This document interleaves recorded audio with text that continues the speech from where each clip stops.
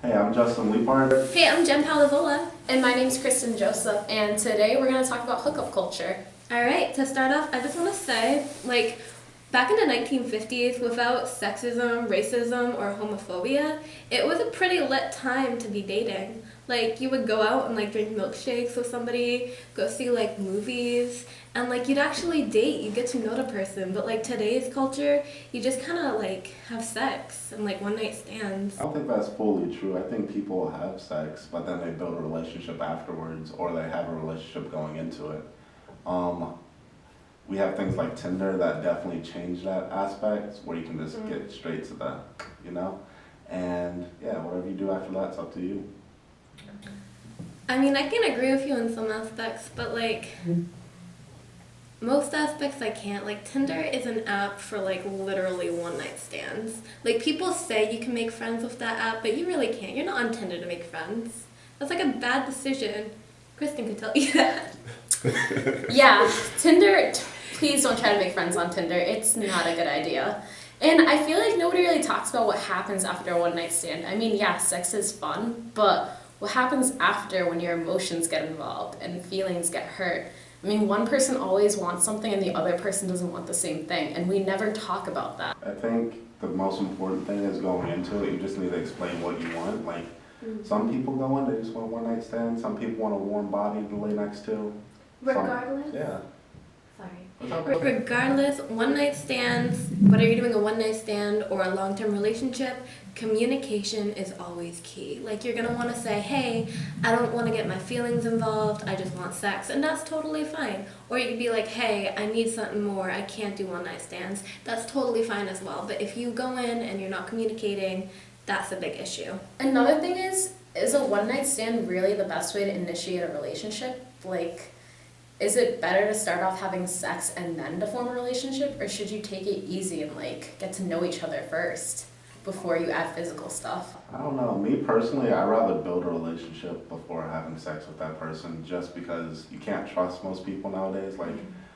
We're in college, and STDs definitely go around a lot. So I'd rather build a relationship with that person before just doing the bang bangs, So. Yeah. Alright, another thing I wanted to talk about is what you guys were saying, STDs and communications, they go hand in hand.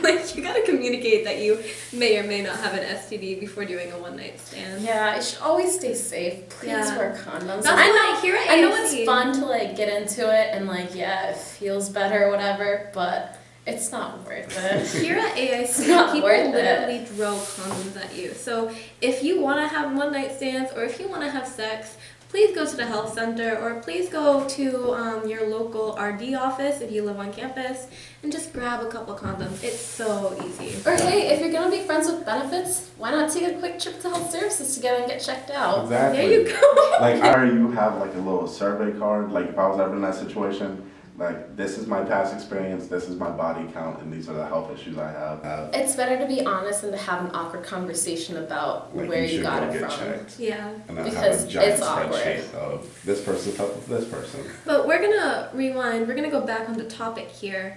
What do you guys think is better? Long-term relationships or one-night stands? Personally, I've gone through it both. My freshman year of college, I was in a long-term relationship. And I mean, this year I'm a completely different person, and hookup culture has become a huge part of my life. And I'm on this scale where I don't know what I want. A part of me, I don't want to be a trashy girl who just sleeps around, but at the same time I want commitment. And it's that's where it comes, where you need to know what you want beforehand, because once you start to get into it, your feelings get hurt. I think, the biggest thing is just communicating your feelings, because once you start hanging out with a person enough, your feelings automatically get involved. Yeah. Personally, I believe in long-term relationships.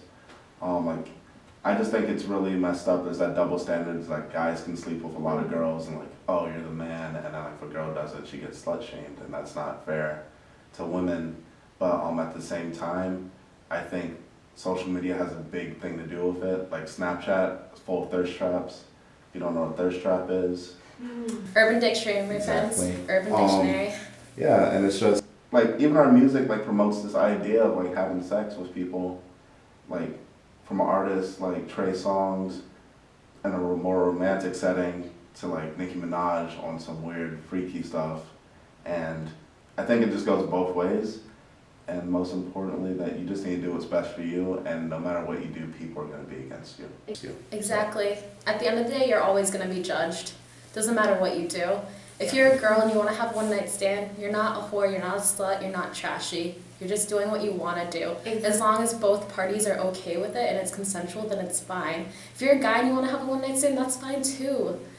It's all about what you want at the end of the day. I just want to add real quick, like, this is coming from my personal, like, thinkings. Your body is your temple, and you should be able to do whatever you want with it. And you're not trashy if you go around sleeping with a bunch of people. You just gotta be safe. The trashy people are the ones who are judging you for it. Because, you know what? I'm sorry, they're not getting any. And if you want a relationship, that's fine too. You're not boring and you're not a 30-year-old and you're still fun. Like, you can have a relationship and still have fun. Exactly. If you're ready for that stage in your life, then look for it. There's nothing wrong with having love in your life. Everyone thinks a relationship's like this god-awful thing. Like, you're And in it's college, not. like, sometimes you just want, like, even a one-night stand or, like, a random person you hook up with is considered a relationship because, like, you want them to be in your life at your Yeah. convenience. But if you're dating someone, it's like, oh, we're dating, come spend the night, or, like, let's go get dinner, or, like, let's go to a movie kind of thing. And that's what I where- like more about That's relationships. where hookup culture can be a negative influence. Don't ruin a good thing for a good person because you want to have fun and you want to do what everyone else is doing, because there's nothing wrong, and relationships are not overrated. Yeah. So, I don't know. But just remember that your life is not the movie Friends with Benefits. You're not Mila Kunis, you're not Ashton Kutcher, and sometimes things don't end like a fairy tale. Exactly. And sometimes you have to, as sad as it say, but like you have to fail a couple times with different people to figure out what you want. Like the first person you hook up with is not going to be your future husband. The first person you date is not going to be your future husband or wife. Like sometimes you have to get your heart broken a little bit just to understand what's best for you. So. Just have fun, be safe, and especially learn from your mistakes. Yeah. Because that's what life's about. Yeah. I just want to take it back to like hookup culture's always been a thing, like all the way back in the like in ancient times where people were like cheating on their wives or whatever you want to call it. But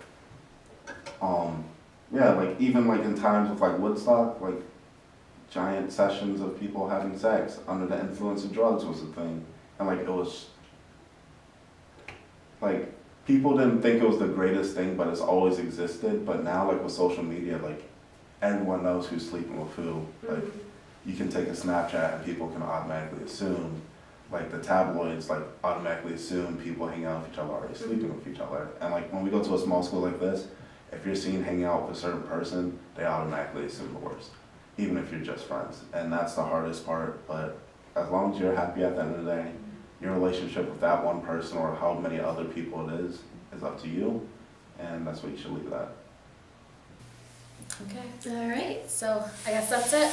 Hookup culture, it's what you make it to be.